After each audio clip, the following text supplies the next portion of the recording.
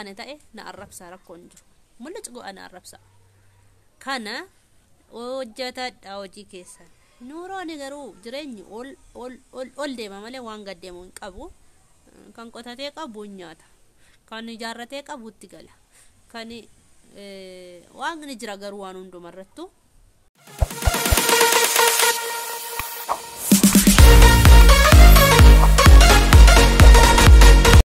هاي الشمار كفوني كبجمتو تداوتو تليسا ملونا فاميلي جرتو نغا كيساني نوت نغا كينيا channel akanaaf ara wartaata subscribe gochuun garamaatii keenyaatti makama isiniin jenna daawwattoota keenya kabajamtoota keenya sinjaalanna sin kabanya channel leensa muluna family figa warri duras nufaana turtan like godhaati nu duukaa tura har'a yaada tokko isin qabadhe fe maal seetanii isin fayyada yaada kana sirriitti dhaggeeffadhaa isin jechuu barbaada har'a warreen biyya galuudhaaf kaataniif ergaa guddaa qabachuudha ergaan isiniif qaba nagalateeffachuun keessan noolu beeka nagalateeffachuun keessan noolu galatoomnaan jechuun keessan noolu dhaggeeffadhaa warreen biyya galuudhaaf qophii xumurtan yookiin qophooftanii jirtan dhaggeeffadhaa like tuqa tokko jireenya biyya keessaa baay'ee ulfaatee jira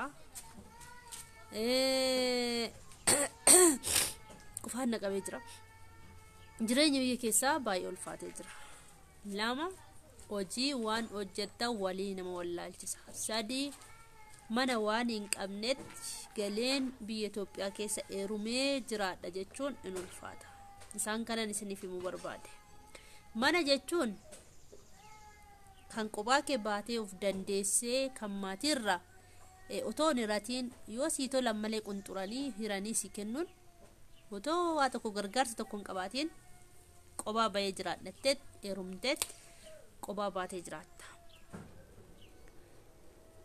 kanaaf hojii malee jireenya suuqii nan bana yoo jette birrii baay'ee si barbaachisa jedhee baranasiif himeer jira yaa obboleetti dhaggeeffadhu galtee rakkoo keessan galiini lamman immoo mana nyaataan bana yoo jette sarraatanyaa laali hojiin isaallee boqonnaa siif laatu jechuudha hojiin mana nyaataa baay'ee ulfaata birriinsaa birri guddaa si banaa jechuudha nyaata mana xiqqoo banuudhaaf jechuudha kanaaf mana nyaataa banee hojjedha yoo jette sarraatanyaa si barbaachisaa sarraatanyaa yeroo kana in nyaata in dhuga damoosa fudhata kana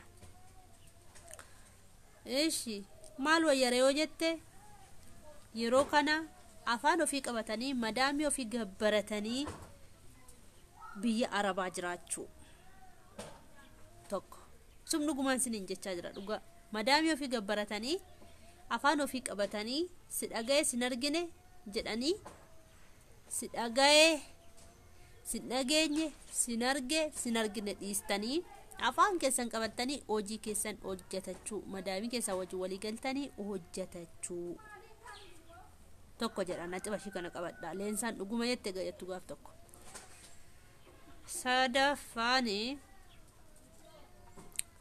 biyya keessatti maaliif akkana nuun jettee heruma malee afnaayi warri jettani biyya keessatti shunkurtiin birrii 120 kiiloon tokkittiin sinigalee 120 kiiloo tokkittiin dhugaan sinin jalsun dhuguma 150 ta'a amma argitu xaafiin birrii 10,000 matoon yookiin giraamni 100 kiiloon 100 jechuudha 10,000 duratti 5,000 bitaa turre akkuma dhufeeni jechuudha amma 10,000 amsaansa yookiin kiiloon 50 birrii 5,000 duratti meeqaanin bitaa ture 2,000 bitaa ture 2,500 bitaa ture sanarraa eenyuun taane jechuudha akkuma dhufeen waggaa naasitti ji'a kanaasitti baay'ee dabalee jechuudha tole sakana dandeessanii birrii amma qabdan cafacaftanii eerumtanii ganaa dhuftanii asii buquqa ta'uurra afaan keessan qabattanii madaamii keessan walii galtanii jiraachuu kana suuqiin banaa, mana nyaataan banaa, mana uffataan banaa, mana butuksiin banaa, mana kootiksiin banaa, mana maaliin banaa dhiistanii birrii keessan amma gaa Mahammadoon biyya keessaa immoo shamarran biyya Arabaatti garagalaa jechuudha. Maaliif nuuroo wadda deera waan ta'eef jechuudha. Shamarran biyya Arabaatti as garagalee bareeddu koo jaalala naqabee sin jaaladhee sin kutamee sin qurxamee jechuu eegalaa jechuudha. Isa durii caalatti jechuudha amma gaa. Kiu jechuun amma gaa jedhe namichi. Kiu jechuun amma gaa. Baalee roobeen fakkaachuun amma gaa jedhe namichi. Kana Baalee roobee Amboon Addis Ababaatti fakkaachuun anis amma gaa. Sini galee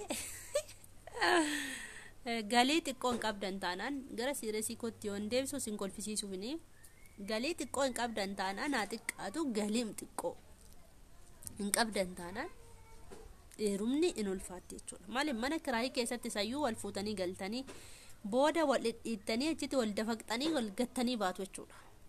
Isayyuu si gatee hin bahu ganaa siyaasa qayyaa jechuudha. Si gatee bahuun immoo ulfinayyuu kabajayyuu. Achi ganaa nyaanyi waan nyaadhu dhabee waan nugu dhabee fidii maali yeroo sana garaatti ulfisi afuu danda'a. Mucaa baattee mandararraa suuqirraa lagarraa maalirra naanna'uu dandeessa jechuudha. Kanaaf of addabanii taa'uu mana madaamii warri carraa toltanii biyya Arabaa jirtanii jechuudha. Afaan keessan qabxaati hojjetadha. Amma galiina taa'a warri galu qophooftan leensaan dhuguma jettee jedha ila kunoo. Yoo yaada koo kana jecha koo kana sin hin taane ta'e na arrabsaa rakkoon jiru. Mul'achi go'a na arrabsaa. Kana hojjetadha hojii keessan. Nuurooni garuu jireenyi ol deema malee waan gad deemu hin qabu. Kan qotatee qabu nyaata. Kan ijaarratee qabuutti gala. Kan waaqni jira garuu waan hundumarrattu waaqni jira. Kana isin jabaadhaatii hojii keessan hojjetadhaatii birrii keessan qabadhaatii haadha birrii ta'aatii yeroo sana jaarsa sooressatti seerumuu dandeessu hundati isin ilaala hundati isin kajeela hundati isin barbaada. Har'a garuu inni biyya keessa taa'ee biyya Arabaa shamarran biyya Arabaatiin sin jaalla jedhu nuuroon itti ulfaateetu jireenya itti ulfaateetu karaa tokko eessaaniin jireenya qajeelfadhaa yookiin immoo daa'ima koo guddifadhaa eetu isin janajjanuu dhufaa jechuudha. Daa'ima of jalaa qaba baay'ee yookiin jechuudha. Isin maal gochuu qabdu birrii keessan keewwachuu dhoofkachuu yaa obboleessa koo yaa obboleettii koo yaa haadha koo yaa abbaa koo yaa fira koo dhiisa. Abbaan keessanis haati keessanis gaaf dhabdan isin hin jaalattu. Obboleessi keessanis obboleettiin keessanis ilma daadaa ilma isuma ilma wasiilaa ilma maalii keessanis gaaf dhabdan isin hin jaalatani. Kan isin jaalatu waaqayyoon gaditti birrii keeti kiisii furdaa gaafati taate namni illee si jaallata.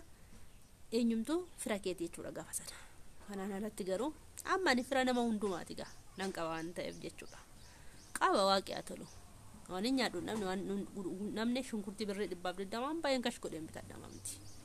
Kana samoona kana 150 galee onan fidee isinitti agarsiisan dhugaa suuqii baay'ataan isinitti agarsiisachuudha dhageessaniitu. Kana baay'ee ulfaata. Ishi timaatimiin birrii 80 kiiloon tokko.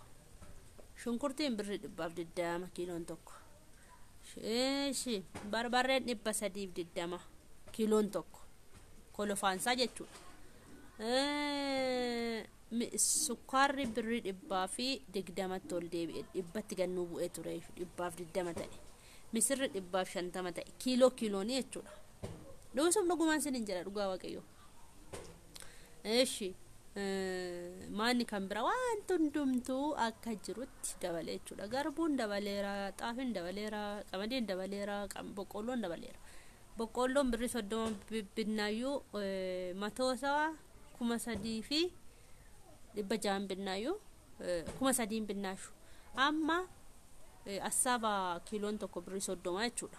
Amma 40 galee jechuudha. Kiiloon tokkittiin 40 galee jechuudha. Boqqoolloon illee jechuudha. Akkasitti jirra kuno. Akka jirrutti jirra jedha namichi. Akka jirrutti jirra. Waa'ee jireenyaa kuno isiniif ibseera. Gadi taa'a gobamaati. Hojii keessan hojjetadha. Wanti isin miidhu tokkollee hin jiru. Innaa eeruma isin qaqqabdu. Isin ganaa daa'ima warra dulloomtanii galaa eeruma. warri ganaa daa'ima kichuu lagaa taatanii jirtani hojjetadha afaan keessan qabadhaati warri immoo dulloomtanii yookiin firiijii keessa galaa kichuutti deebi'a ama gochuu hin danda'amu